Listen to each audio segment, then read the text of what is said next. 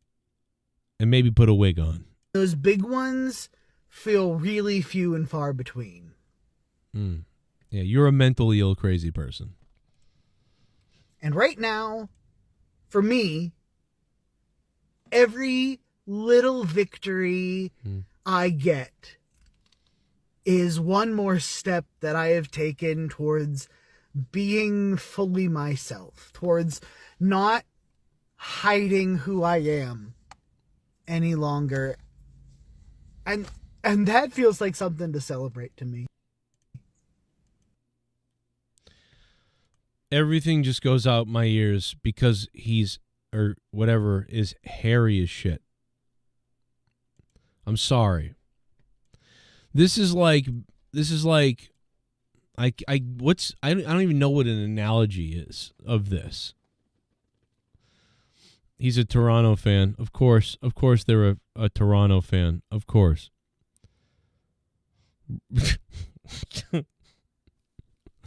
Bro, I don't mind if you want to be a woman, but please be a woman then. Shave that shit off your fucking arms. Oh my God. Oh my God, bro. Get that waxed. How can you say that you're being a woman when you look like that? Why would you go to the effort to wear a dress but not the effort to shave the hair? If anything, shaving the hair would be the first thing you do. If you want to be a woman, the first thing you do is you sit in your bathroom at home and you shave that hair off, and then you put on lipstick. And then you're like, okay, I'm smooth now like a woman, and now I've got makeup on like a woman. What are the next two things? I need a dress, and I need a wig. I want long hair, obviously. I'm a bald guy. That doesn't work. So the next things you do, it's a dress and a wig, and you got the makeup already. That part's right. But you didn't shave the hair. So it's like, bro, you're not even close at this point. That, like, you could wear like a $3,000 tight dress and panties, and the best makeup. It doesn't matter because there's hair on your shoulders, like covering your shoulders. That's the first thing you want to do,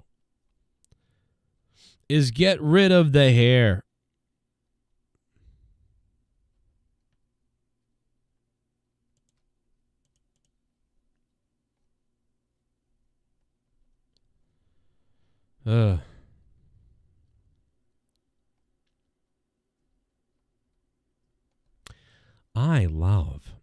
Here's the thing. I want to tell you so much about yourself. I want to tell you about how you're a special little guy and you're living in a world full of regular people. But you know what I'd like to do? I'd like to gather up some acorns and put them in your asshole. That's right. You see, I know that you're a beautiful man-woman. I know you've known it for your entire life. What I want to do is, I want to be a part of you. I want to complete you. I want to be inside you. Look at him. So beautiful. So beautiful.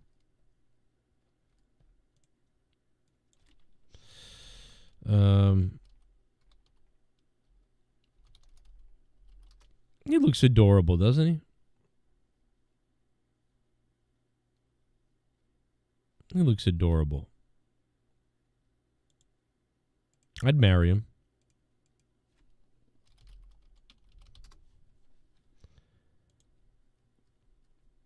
I think it's the leaf that really does it for me.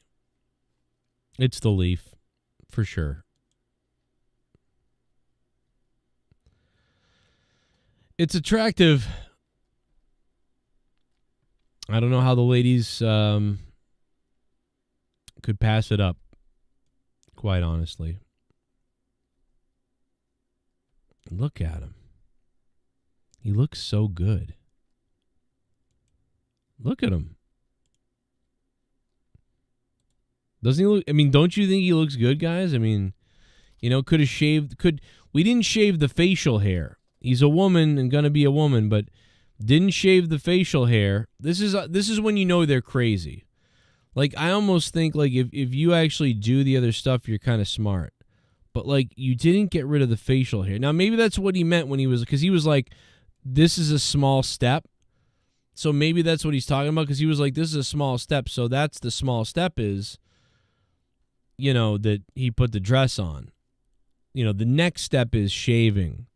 And the next step is the wig. So maybe that's what he's talking about. And if that's the case, then I get it. Right? Then I get it. That makes sense. And now I'm understanding. What do you think, Joker? Keep telling us some more about him. I can see myself undressing you from foot to head. And then I can see myself gobbling on your private parts. And you might be mentally a woman, but you're still got the man parts. I love the man parts. I want to take out your man parts and gobble them. Yeah. You see, I want to tell you something. When I was a little boy, I was in my bedroom. I had just taken a shower, and I was laying on my carpet naked. And my father came in, he said, "Why aren't you wearing any clothes?" And I said, "I don't feel like it. I feel nice naked." And he said, "I like you naked." And I said, "I don't like that. I didn't like that at all." My father grabbed me by the throat, and he picked me up in the air, and he said, "Nice cock." And I said, "What does that mean?" I didn't know what my father meant.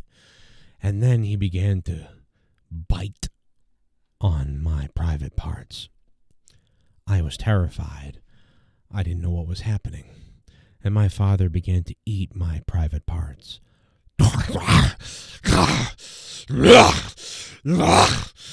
And as he tore into my flesh, I was like screaming inside and screaming out loud and crying for my mother. And my mom was in the other room the whole time. And you know what my mother was doing? My mother was laughing at me. She laughed at me. And that's how I got this scar. Man, what are you talking about? What scar? You're crazy. This scar. Oh my God! You like that? You like my dick scar? Ah!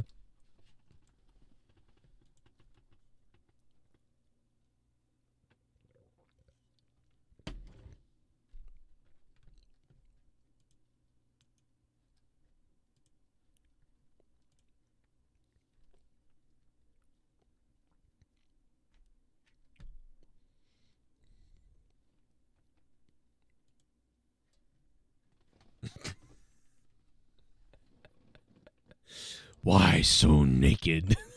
Steve Langenheim. I forgot to say, well, you know how I got these scars? It's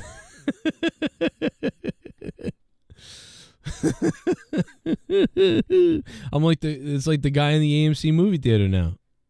Now we're like that. Oh boy. Anyway, as we wrap it up, let's listen to a little more Edge as we make our way out of here tonight. Tomorrow night's Out of Nowhere. Maybe some other stuff potentially going down tomorrow. Look for that. I will salute all you guys. Thank you to D. Welsh for being here for the $100 bomb. And everybody else who donated tonight, thank you guys for being here. And everybody who clicked the like button, shared the video, hung out, glad to have you here. I might look over the chat real quick if I got a couple more things to answer. Hey, Stacks Monet, El Tapo, Mr. Pico Boulevard, D. Welsh with the bomb, Mr. Pico, Botch Club, A. O'Donnell became a member 53 months. NXT gonna whoop AEW now, says A. O'Donnell. 53 months as a member. That's nuts. Night Shift as well with the dono earlier. BBC Tip. Huge Boner. Huge Boner dropped $12. And everybody else, thanks for being here tonight. Thanks to Welsh for dropping the biggest dono of all, $100. And for, man, D. Welsh is really trying to get people going, so I appreciate that, though, Welsh. And we will catch you tomorrow. I'll be on, I think I might be on in the middle of the day at some point for a little bit, and then I'll be on at night for Out of Nowhere with Jake right here on YouTube, and then we'll have a bonus on Patreon for the patrons, so look for that. Go get him, Edge. You go get him, brother. Why you done made him Copeland? Why you done made him Copeland? Don't jump off that ledge, Edge. Don't risk it all for nothing. Don't jump off that ledge, Edge. Please don't do it again. You were a legend in the wrestling world. You got injured, lost your career. Now you're back in a smaller company with Tony Khan, midgets and cocaine. Edge, Adam Copeland. Why did you jump off that fucking cage? You could have killed yourself. Now you're really injured in a rage. Why you done made him Copeland? Why you done made him Copeland? Don't jump off that ledge, Edge. Don't risk it all for nothing. Don't jump off that ledge, Edge. Please don't do it again. Why did you jump off that cage? Now you're broken and we won't see you for months. You stupid Canadian idiot. How about the maple leaf style? You fucking fool. You landed on your legs unprotected. Now you're at home and unerected. Why you done made him Copeland? Why you done made him Copeland? Why you done made him Copeland? Don't jump off that ledge, Edge. Don't risk it all for nothing. Don't jump off that ledge, Edge. Please don't do it again. Don't you do it, Edge. Don't you jump off that ledge. Don't you do it, Edge. Don't you do it. Don't you do it, Edge. Why you done made him Copeland? Why you done made him Copeland? Why you done made him Copeland? Don't jump off that ledge, Edge. Don't risk it.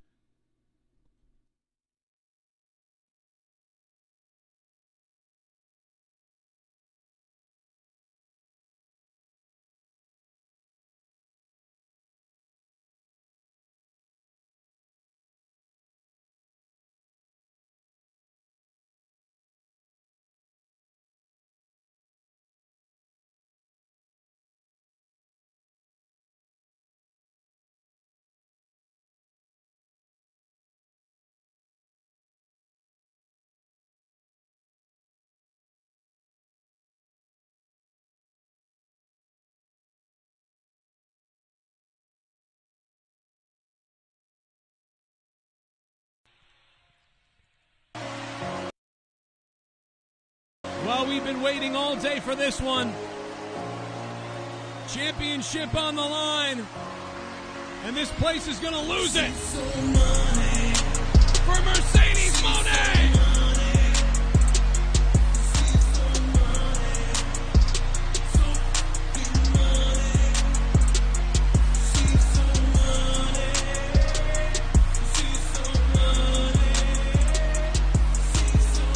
Mercedes Moné is simply all deliver.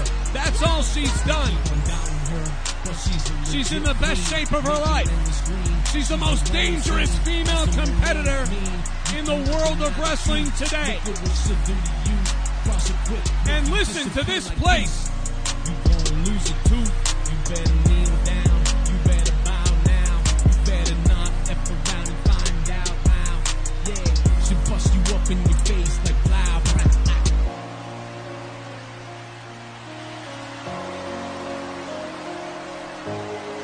There is not a a single person sitting down in this building right now. She's so money. She's so money. As we prepare to see the biggest women's world championship match of the entire year. And somehow it's getting louder in this building. Yes, there's Mercedes.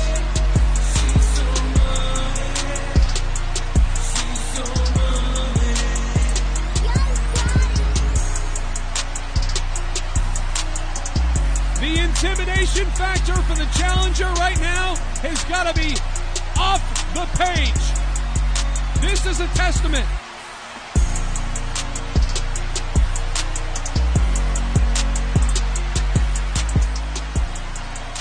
And the mind games continue for Mercedes Moné.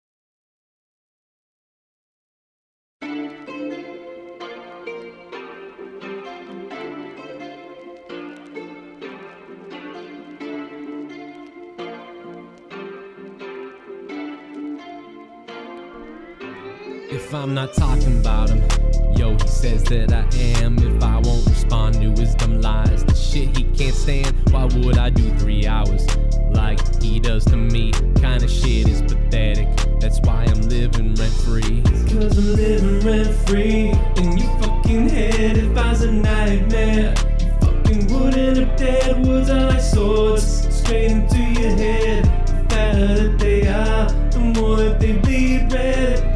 Cause I'm living rent-free inside of your head. If I was a nightmare, you fucking wouldn't have dead. Words are like swords, straight into your head. The fatter that they are, the more that they bleed red. You better fake that before you say something dumb. And I ain't playing around. And yo, your wife is a cunt, yeah. You brought mine up first. Eye for an eye, and yours is fatter since birth. And she got fatty thighs.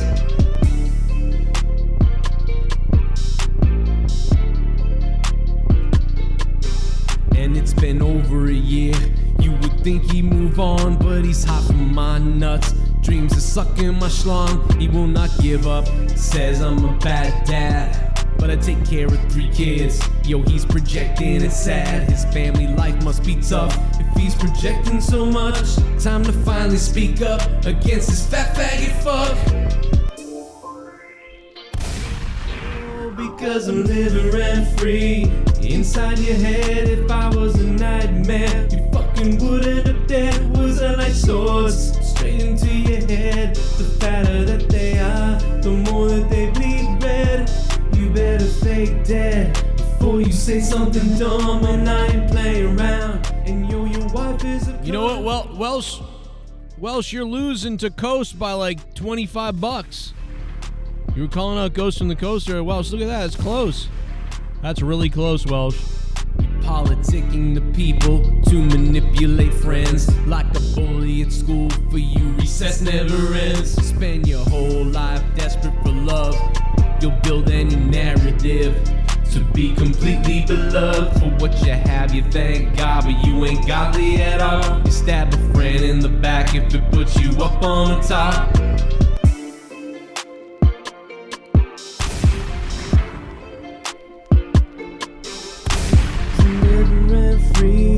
Inside your head because I'm living rent-free. Inside your head because I'm living rent-free. Inside your head because I'm living rent-free. Inside of your head and I'm living rent-free. Inside of your head, I'm living rent-free.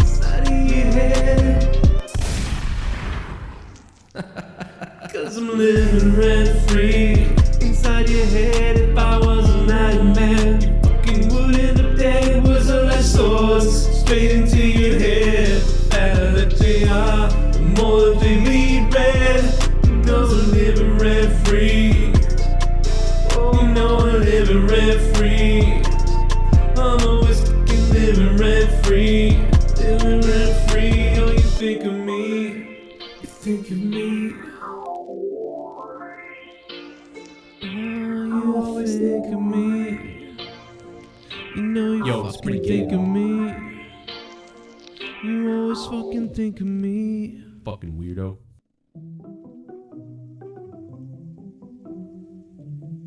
Oh my god, brother.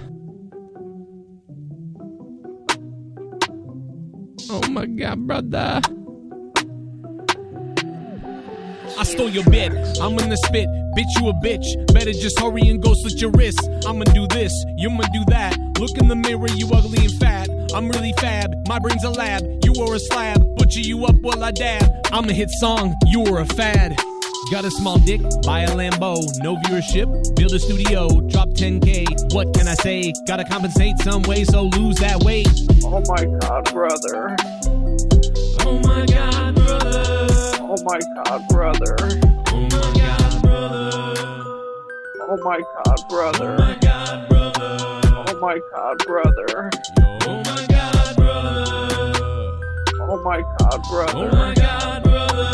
Oh my god, brother. Oh my god, brother. Oh my god. Oh my god, brother. Oh my god, brother. Oh my god, brother. Oh my god, brother.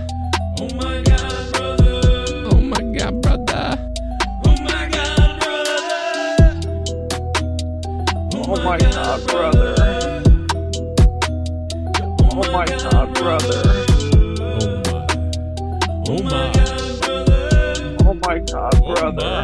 Oh my god, brother. Just like Cody, I'ma make you cry. I'ma make you die, won't sleep at night. You so scared, Joe Cronin's here. Piss your pants, you fucking queer. I'ma spread fear into your rear, you'll bleed from there. You say you like me, but how can that be when everyone you know hates me? At least they say they do, but they say it's a joke. But you dox my home and you hope I go broke. Never done a thing on your own without my show. There's no you, so living in the shadow must irk you. That's why you hate, got no time of day. I'll put rainbow handcuffs on you and I'll make you my gay. Make you my slave. Oh my god, brother. Oh my god, brother.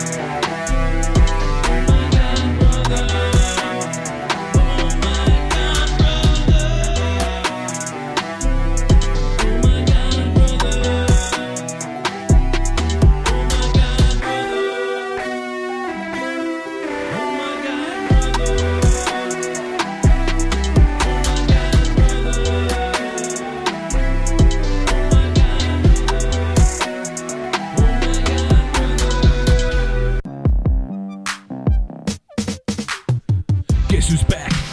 Jake is back. Guess who's back?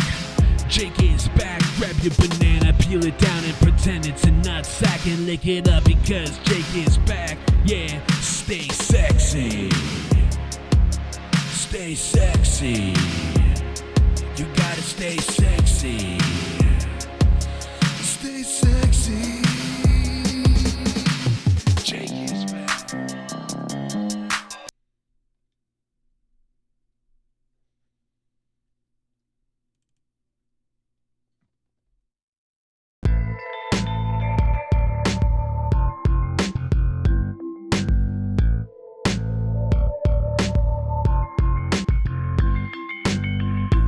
Riding on Cronin's dick.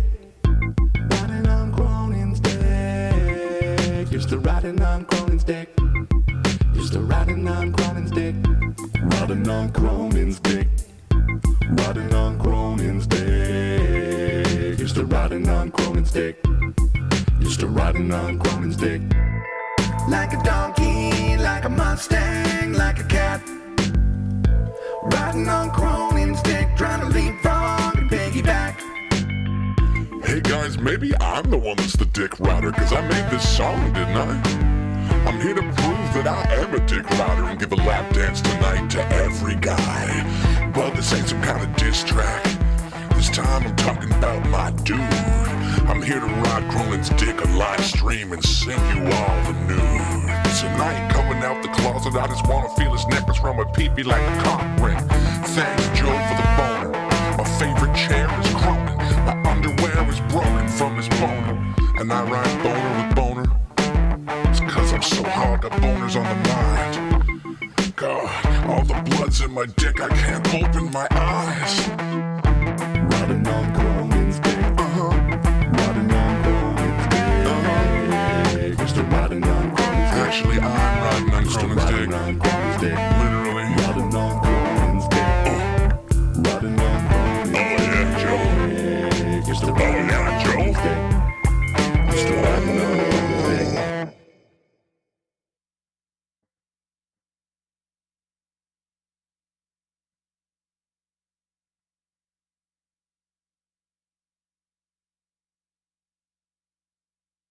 Everybody now. Everybody now.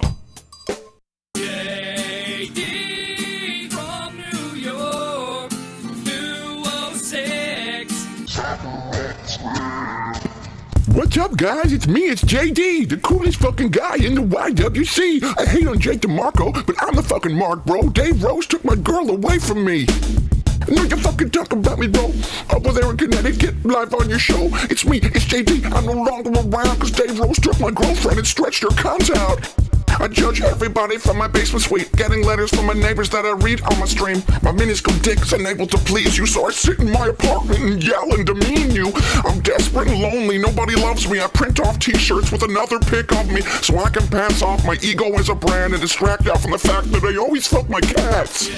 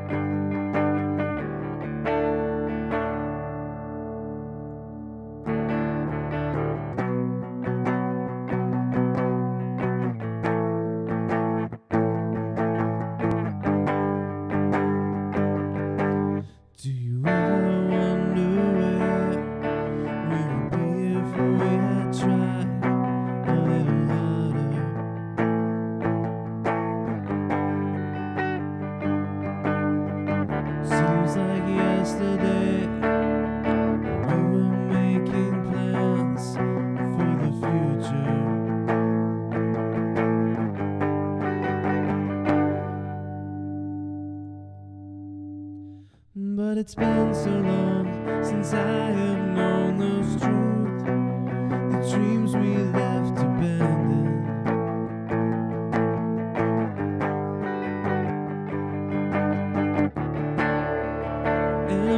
haunted by her face and the memory of her kisses.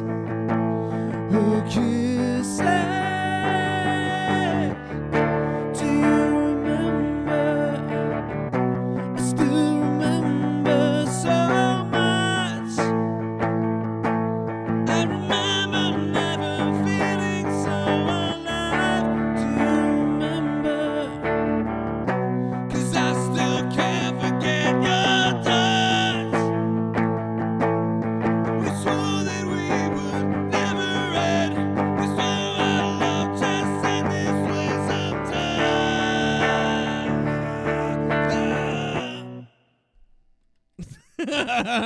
I love fucking with you guys. I'll see you tomorrow.